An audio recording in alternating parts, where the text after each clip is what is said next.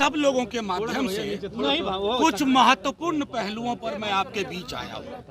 ये विधायी पहलू है, ये संविधान के पहलू हैं। वो तमाम लोग जो एक लोकतंत्र को की हत्या करना चाहते हैं, आपके माध्यम से मैं बताऊं, ये कॉन्स्टिट्यूशन ऑफ इंडिया है। इसके आर्टिकल 179 में स्पीकर को हटाने की व्यवस्था का उल्लेख है, जिसमें ये कहते हैं कि उन्हें हटाया जा सकता है, रेजोल्यूशन जो किया चुका है, majority of the all members of the assembly.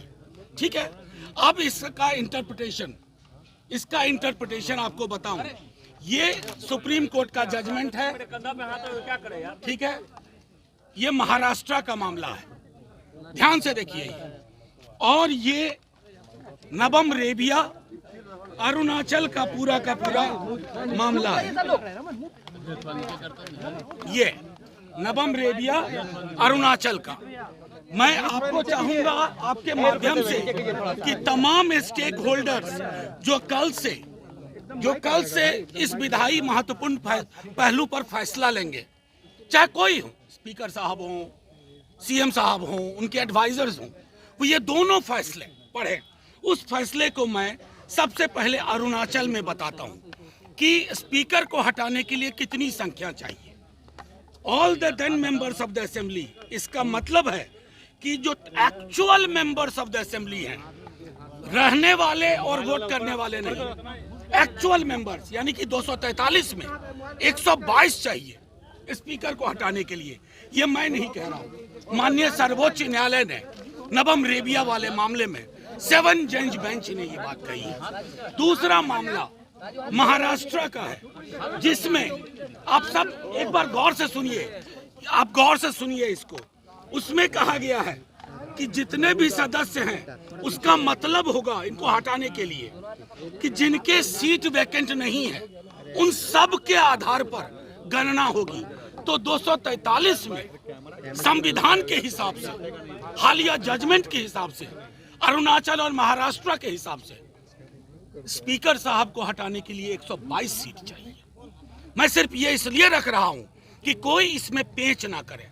गांधीवाद की बात करने वालों से भी आग्रह करूंगा कि कौन से गांधी पसंद है, करेंसी वाले गांधी या हेराम वाले गांधी।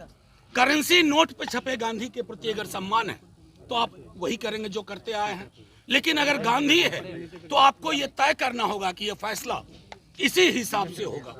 और हम सब एकजुट हैं लोकतंत्र बचाने के लिए। बच्चा इस बिहार का कल के दिन का इंतजार कर रहा है। हमारी ओर से ये चीजें स्पष्ट है कि हम संविधान के दायरे में चलने के लिए मजबूर करेंगे। सुप्रीम कोर्ट के जजमेंट के आलोक में चीजें चाहेंगे और सुप्रीम कोर्ट के आलोक में निर्णय होगा। हमारा पूरा विश्वास है, क्योंकि पहला अभिभाषण के बाद कार्यावली में पहली चीज स्पीकर साहब के खिलाफ अविश्वास प्रस्ताव है। उसके संदर्भ में मैंने दोनों जजमेंट का जिक्र कर दिया, 179C का इंटरप्रिटेशन जो है वो कर दिया, दोनों जजमेंट की कॉपियां आपको दिखा दी। मैं चाहूंगा कि सरकार में जो एडवाइजर्स हैं और जो बड़े बड़े लोग हैं, स्टेक होल्डर्स हैं, वो सब गौर से देखें, पढ़ें इन फैसलों को और उसके आधार पर बिहार में और देश में लोकतंत्र के लिए एक संदेश दें। आपके पास है ना 122? जिस तरीके से एनडीए के पास नंबर है, आप लोग माहौल बनाए हुए हैं, आखिर इस माहौल के पीछे वजह क्या है? नहीं, देखिए, आप बिला वजह कह रहे हैं, माहौल हमने नहीं बनाया। आप अंदर में हम आपने रोकवाया है? नहीं, विधान तो कम से कम कार्यशाला के नकली नाम से नहीं ले गए। हम तो अपने विधायकों, हम तो उनमें से नहीं जिनके यहाँ भोज में लोग नहीं पहुंचे। हमारे सारे विधायक, महागठबंधन दल के सारे नेता हैं, सब मेरे साथ खड़े हैं। ऐसी एकजुटता है, और वो एकजुटता सिर्फ मैं इसलिए तो आपको संदेश मैंने सर्वोच्च न्यायालय के इस जजमेंट को आपके सामने रखने का उद्देश्य एकमात्र था। आप लोग कुछ भी इसका इंटरप्रिटेशन करें। सरकार को अविश्वास प्रस्ताव स्पीकर पर पास कराने के लिए सर्वोच्च न्यायालय के निर्देश के अनुसार 122 सदस्य चाहिए। हम उनको शुभकामनाएं देते हैं। अगर एनडीए दावा नहीं जीत पाती है तो क्या आप लोग दावा पेश करेंगे सरकार बनाने के लिए? महत्वपूर्ण सवाल है। कल की बात